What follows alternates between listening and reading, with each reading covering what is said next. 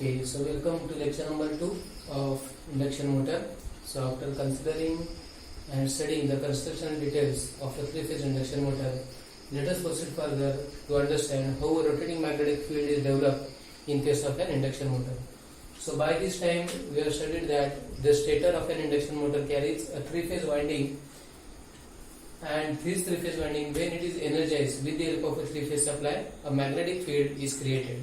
So let us try to see what is going to be the nature of this magnetic field and whether it is going to be stationary in nature or it is going to be rotating in nature.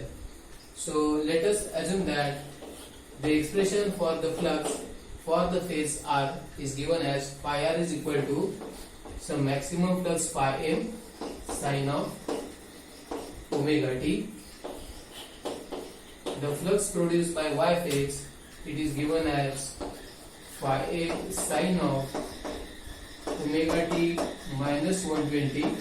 Now this angle, it is an electrical angle, and the expression for the flux for the third phase, that is phi b, it is given as phi m sine of omega t minus 240. So these three fluxes, we have assumed their expression. So as you can see over here, the phase sequence is going to be R, Y and B. So I have drawn the waveform for the three fluxes as you can see in this particular diagram. Now here we have assumed the positive direction of all the three fluxes. So that particular phasor diagram or representation, now I will show it over here. So let us assume this is the positive direction for the flux produced by my R phase. This is the positive direction for the flux produced by my Y phase, and this is the positive direction of the flux produced by my third, that is B phase. So angle between any two fluxes, it is obviously 120 degrees. So now we have drawn the waveform for all the three fluxes, and we have also written the equation for all the three fluxes, and here we have assumed these are the positive directions of all the three fluxes. Now we have to assume the expression for all the three fluxes at different instances. So that is for various values of this omega t. So you may remember these three equations. So now I am going to analyze all the three fluxes at instant number 1, that is when omega t is equal to 0. So you have to substitute this particular value of omega t in the expression for all the three fluxes. So phi r is going to be phi m sine of 0. So answer is going to be 0. Phi y, it is phi m sine of 0 minus 120.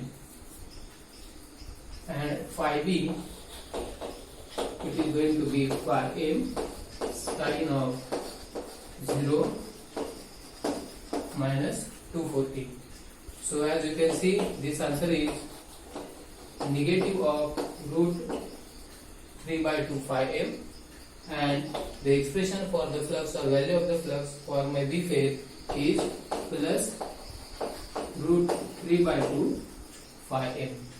So as you can see over here, for any one instant under consideration, among the three fluxes, one flux is 0 and remaining two fluxes, they have equal magnitude but their signs are different. So in this case, for omega t is equal to 0, phi y is negative of root 3 by 2 phi m and phi b is plus root 3 by 2 phi m. That means that omega t is equal to 0, these two fluxes, they are going to interact with each other. So what is going to be the resultant and where it will be oriented? For that purpose, we need to take the help of this particular phasor diagram.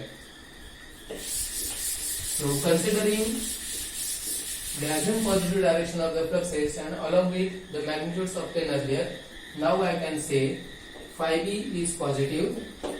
So let us say this is the value of phi b. As it is positive, there is no need for me to make any change in this particular direction. But phi y is negative. That means phi y is going to be oriented on the opposite direction. So this is negative of phi y. Now these two fluxes, they can be added by making use of parallelogram law of vector addition. So if I do that, This I will call as resultant flux, let us say phi RES. So you may recall the parallelogram law of vector addition, and accordingly I can write down phi resultant is equal to square root of phi b square plus phi y square plus 2pq cosine of the angle between these two fluxes. So obviously this angle is going to be 60 degree. So phi b, it is root 3 by 2 into phi m. So it will be 3 by 4 phi m square. Phi y is negative of root 3 by 2 phi m. So again as it is a square, so this will be 3 by 2 phi m square plus 2 into root 3 by 2 phi m into root 3 by 2 phi m into cosine of 60 degrees. So if you solve this, you will find that the value of phi resultant for omega t equal to 0 is coming out to be 3 by 2 times phi m. And where it is oriented? It is oriented along positive direction of my y-axis. So at least at omega t is equal to 0, I am going to get a resultant magnetic field whose value is 3 by 2 phi m, and it is oriented along positive direction of my y-axis. Let us try to analyze the same three fluxes at another value of omega t, that is omega t equal to 60 degrees. So once again we have to follow the same procedure, and then if I do that, phi r will be equal to phi m sin 60. So it is going to be plus root 3 by 2 phi m. Phi y is phi m sin of 60 minus 120. So this is going to be minus root 3 by 2 phi m, and phi b is phi m sin of 60 minus 240, that is equal to 0. So again you can see for another value of omega t, that is omega t is equal to 60 degree, among the three fluxes one flux has reduced to 0, whereas remaining two fluxes, they do have same magnitude but their signs are opposite. So that means that omega t is equal to 60 degree, these two fluxes, they are going to interact with each other, and that will give me my resultant magnetic flux. So once again I have to make use of parallelogram law of vector addition. Now there is no need to recalculate all these things, because as you can see, or if you compare these values for omega t is equal to 60 degree with the values of omega t is equal to 0, you will notice that the involved fluxes, even though they are different, they do have the same magnitude and same expression. So according to again making use of parallelogram law of vector addition, I can directly write down phi resultant is equal to 3 by 2 times phi m. Problem is, what about the orientation? So once again, if I consider the values obtained, so phi r is positive, phi y is negative, and therefore again by drawing the parallelogram, I can say that my resultant vector has rotated through 60 degrees in a clockwise direction. So this is going to be the orientation of my resultant flux for omega t is equal to 60 degree, and this is the value of that resultant flux. So is it clear? So we will do a similar exercise for one more value for omega t, that is omega t is equal to 120 degrees. So let us try to do this analysis also, and then we will proceed further. So again for omega t is equal to 120 degree, phi r is phi m sin of 120. So this is going to be plus root 3 by 2 phi m. Phi y is phi m sin of 120 minus 120, that is 0, and phi b is phi m sine of 120 minus 240. So this is equal to minus root 3 by 2 into phi m.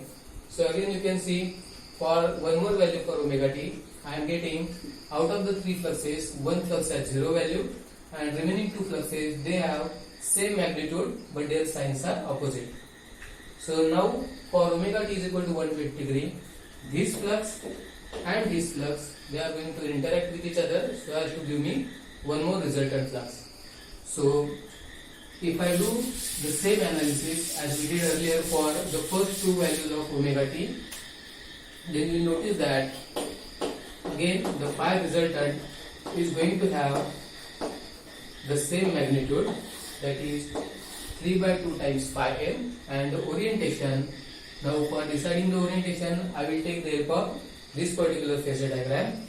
So phi r is having a positive value, phi b is having a negative value, and again if I complete the parallelogram, this is going to be the orientation of my phi resultant. Now if you consider all the three diagrams, then you will observe that the resultant magnetic field, though it is having the same magnitude, it is continuously revolving in nature and it is revolving in synchronism with the value of omega t, that is it is revolving in synchronism with my time. So for omega t equal to 0, my resultant flux was along positive y-axis. For omega t equal to 60 degree, it has rotated through 60 degrees in the clockwise direction, and for omega t equal to 120 degrees, it has rotated further through next 60 degrees again. So that means the resultant magnetic field, it is having a constant magnitude, that is 3 by 2 phi everywhere.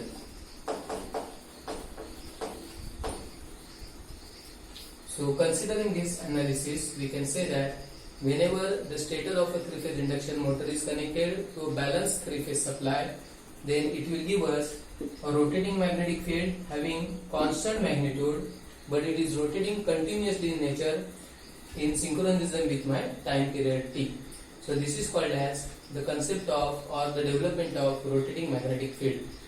So in order to develop this particular concept, I need to know the flux equations for all the three phases along with their waveforms and the positive assumed directions of all the three fluxes. So is it clear how a rotating magnetic field is developed in case of a three-phase induction motor when it is connected to a balanced three-phase supply? So this is about the concept of rotating magnetic field, which is normally abbreviated as RMF. So after considering this, let us see how can we define the speed of this resultant magnetic field. So as the magnetic field is rotating in synchronism with the time axis, we can define the synchronous speed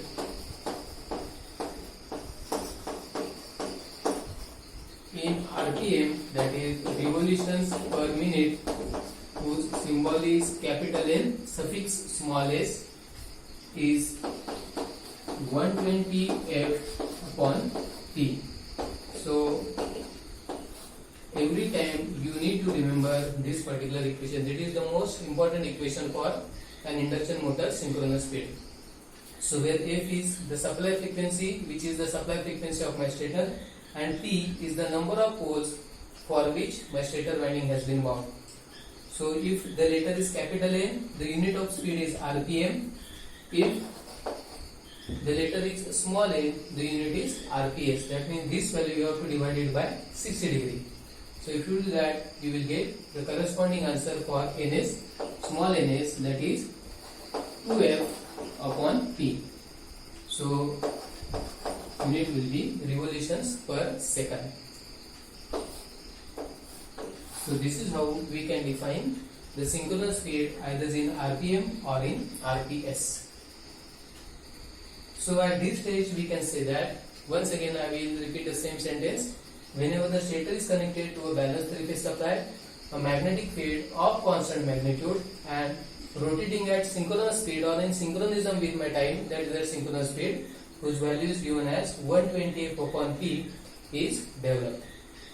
So now you can recall the Faraday's first law of electromagnetic induction, which says that whenever there is a relative motion between a magnetic field and a conductor, then an EMF will get induced inside the conductor.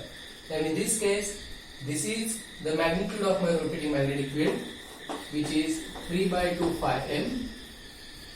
This magnetic field is going to rotate at this particular value of my speed, and inside this magnetic field, now I am going to have the stationary rotor conductors.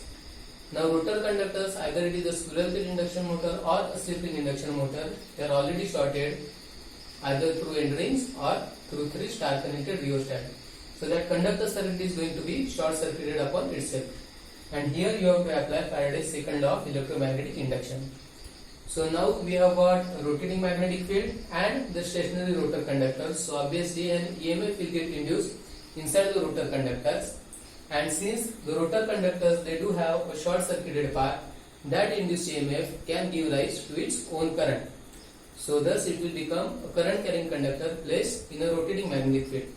So according to Faraday's second law of electromagnetic induction, if a current carrying conductor is placed in a magnetic field, then it will experience a mechanical force. So once again I request you to recall the location of the rotor conductors. All the rotor conductors, they are placed on the outer periphery of the rotor. So let us say these are the 3 conductors as a sample I have drawn. So this conductor will experience a force in this particular direction, which is going to be tangential in nature. This conductor as well as this conductor will also experience a tangential force. And therefore, as the rotor is free to rotate, it will start rotating in the direction of rotating magnetic field. Now at what speed it will rotate? That is one more question that we have to answer. So is it clear how the rotor will also get how the rotor also will set in rotating in the particular direction of RMF? Say if rotating magnetic field is rotating clockwise, rotor will also start rotating in a clockwise direction. But RMF, that is rotating magnetic field, is rotating at synchronous speed. How much is going to be the speed of my rotor? Whether it is going to be equal to ns, it is going to be less than ns, or it is going to be greater than ns. That particular question now we have to answer now. So I hope this particular part is clear to all of you. Let us now see what will happen if the rotor speed, which is normally denoted by capital N suffix r, this r stands for rotor. Obviously as the letter is capital N, the unit is going to be revolutions per minute. So if I assume that the speed of rotation of my rotor is exactly equal to the speed of my rotating magnetic field, that is nr is equal to ns. So if I assume this particular situation, then there will not be any relative motion between the rotor conductors and the rotating magnetic field. As there is no relative motion, no flux cutting action will be there. If no flux cutting action is going to take place, there will not be any induced EMF. Induced EMF is 0, that means current inside the rotor conductors will be 0, and ultimately there will not be any force that will act on the rotor conductor. That means rotor will not rotate.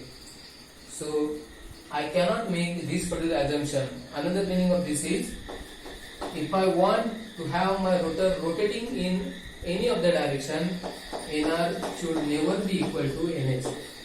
This is the most common question that is normally asked in your oral examination.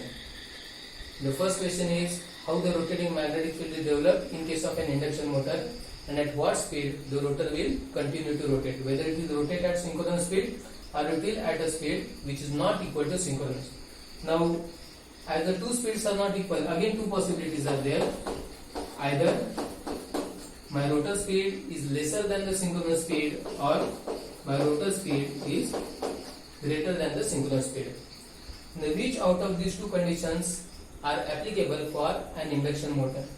That we'll see a little bit later, but right now we have understood one thing, that whatever may be the speed with which your RMF is rotating, rotor speed will never be equal to that ns.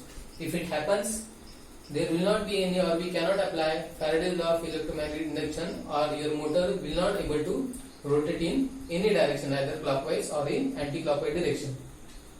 So as NR is not equal to NS, these two conditions or these two possibilities are there. Either NR will be less than NS or NR will be greater than NS. So as long as an induction motor goes, this is the applicable equation. Speed of rotation of your rotor is always less than the synchronous speed, which is the speed of your rotating magnetic field. So if this is the situation, definitely there will be a relative speed between the two. That relative speed is Ns minus Nr. So this will help us now further to develop the concept of slip in case of an induction motor. So let us write down the expression for that slip also. So the slip in case of an induction motor is denoted by small letter s, which is given as relative speed between the RMF and the rotating rotor conductors divided by Ns. So relative speed in this particular case, it is Ns minus Nr, and synchronous speed is capital Ns. So as the quantity is going to be unitless, I can call this expression as the expression for my per unit slip. In most of the numericals or in most of the cases, the slip is not expressed in per unit, but it is expressed in percentage. So I can say my percentage slip S as Ns minus Nr upon Ns into 100. So either you can use this particular equation for your slip in per unit, or you can make use of this particular equation, either percentage slip expression or per unit slip expression. Formula is same, only difference is multiplication by 100. So is it clear? So this is all about the basic operating principle of an induction motor. I repeat once again what we have studied till now. In case of an induction motor, the stator carries a balanced three-phase winding which is placed in the slots which are there on the inner periphery of the stator. Inside that particular road stator conductors, there is a rotor present, and when that stator is energized with the help of a three-phase balance supply, a rotating magnetic field rotating at synchronous speed is developed. Rotor could not be able to rotate at same speed as that of synchronous.